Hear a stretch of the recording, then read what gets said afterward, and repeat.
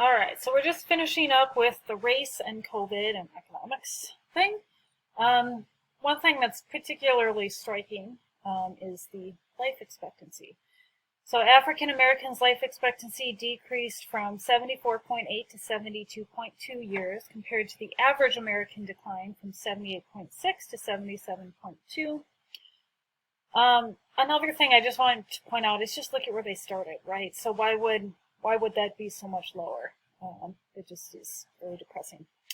All right, so as of spring 2021, Black Americans had died at nearly 1.5 times the rate of white Americans from COVID, and the Black death rate from COVID continues to be higher than any other racial group.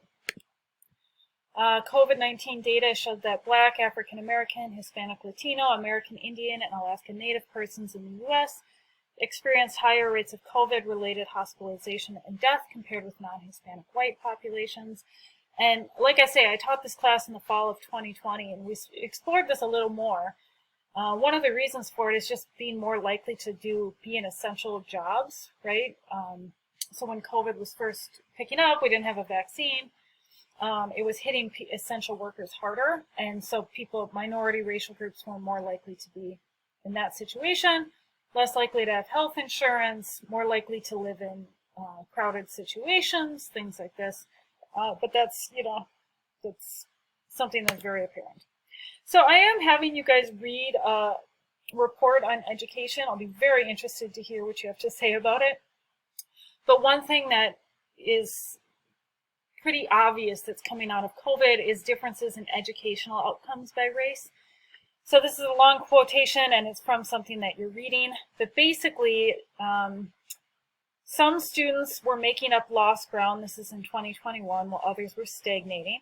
For example, students in majority Black schools remain 5 months behind their historical levels in both math and reading, while students in majority white schools are now just 2 months behind their historical levels, widening the pre-pandemic achievement gaps.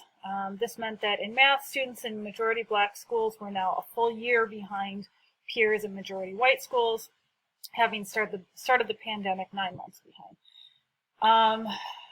So basically, the gap in achievement seems to be getting worse. One of the reasons for this is only 60% of low-income students were regularly logging into online instruction versus 90% of high-income students. And unfortunately, in this country, when you talk about low or high-income groups, it is racially different, right?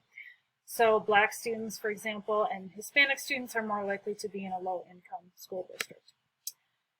There's evidence that students from lower income backgrounds are significantly less likely to attend college amid the ongoing pandemic. This is something we're just starting to hear about, is the differences in college attendance. And the current high school rates, and this is from a little older study, showed that it was 6.5% for Hispanic, 5.5% for Black, and 3.9% for white students. So basically what's happening here is we enter into the pandemic with this tremendous wealth gap, all of these different achievement gaps in education by race and all of this stuff.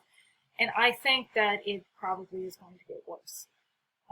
There is some evidence, though, if you read that Brookings article, that the stimulus plans, right, the stimulus bills actually were very successful in helping minority groups avert poverty, like not slip into poverty rates. But I think most of the evidence is pretty good on this. So why did I decide to have a week on gender and race? Because I think the pay gap, the gender pay gap and the race wealth gap is something that we should be watching as we move forward.